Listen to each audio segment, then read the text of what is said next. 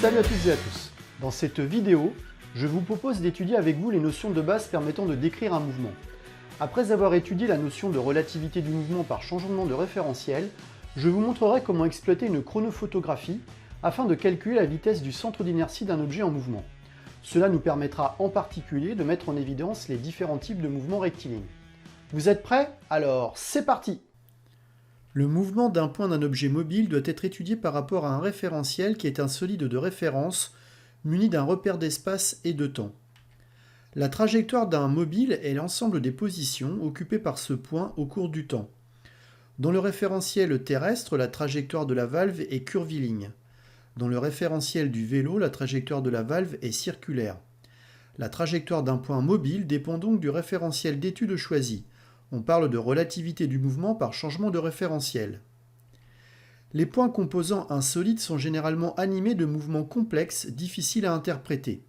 Afin de simplifier l'étude du mouvement d'un solide, on étudie le mouvement d'un de ces points particuliers, appelé centre d'inertie. Dans de nombreux cas, celui-ci coïncide avec le centre géométrique de l'objet, si celui-ci présente une symétrie forte et est homogène. Il existe différents référentiels d'étude permettant d'étudier le mouvement d'un système.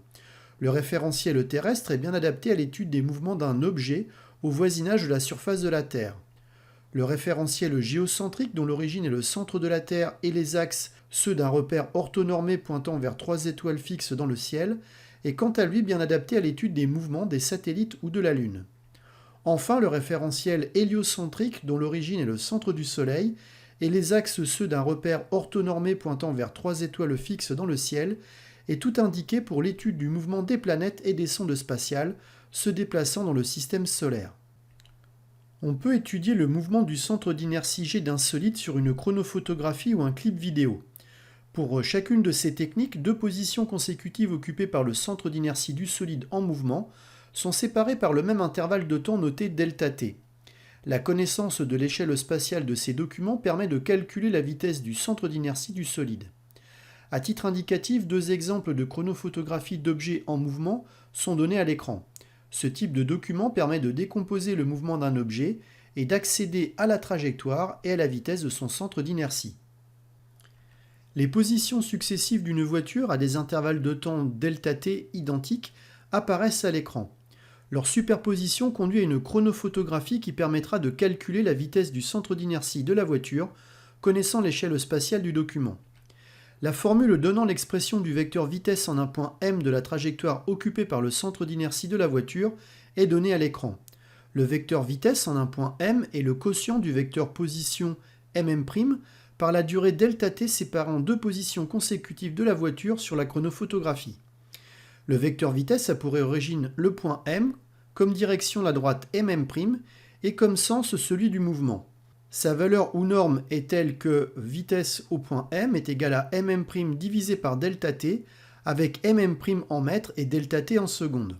Sur la chronophotographie, le point m' est la position occupée par le centre d'inertie de la voiture immédiatement après le point m.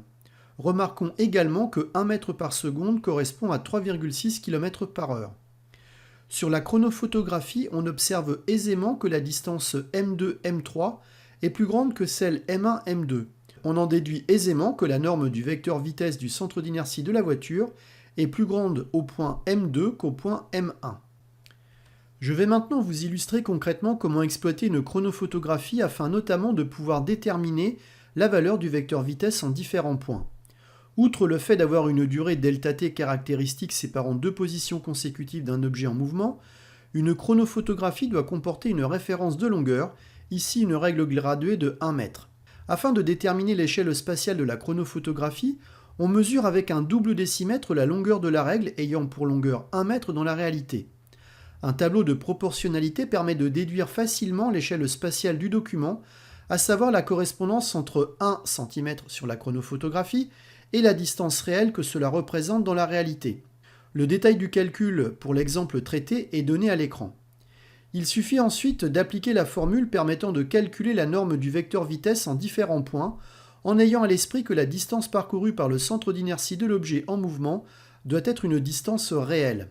Pour cela, on mesure à chaque fois sur la chronophotographie la distance en centimètres entre deux points consécutifs avec le double décimètre. Cette mesure apparaît en bleu dans les calculs à l'écran. Il ne faut pas oublier de multiplier cette valeur par le facteur d'échelle qui apparaît en orange afin d'avoir la distance réellement parcourue par le centre d'inertie de la voiture entre deux points consécutifs de la chronophotographie. Le détail du calcul de la valeur de deux vecteurs vitesse est donné à l'écran. Je vous laisse mettre la vidéo sur pause si nécessaire afin de bien les étudier. Enfin, n'oubliez pas que le résultat d'un calcul ne peut pas comporter plus de chiffres significatifs que la donnée qui en possède le moins. Les trois types de mouvements rectilignes qu'il faut connaître sont donnés à l'écran. Il s'agit du mouvement rectiligne accéléré pour lequel chronologiquement la valeur du vecteur vitesse augmente, du mouvement rectiligne uniforme pour lequel la valeur du vecteur vitesse est constante, et enfin du mouvement rectiligne décéléré pour lequel la valeur du vecteur vitesse diminue. Voilà, j'espère que vous en savez désormais un peu plus sur la description d'un mouvement. Je vous remercie de votre attention et vous donne rendez-vous très vite pour de nouvelles aventures. À bientôt, au revoir.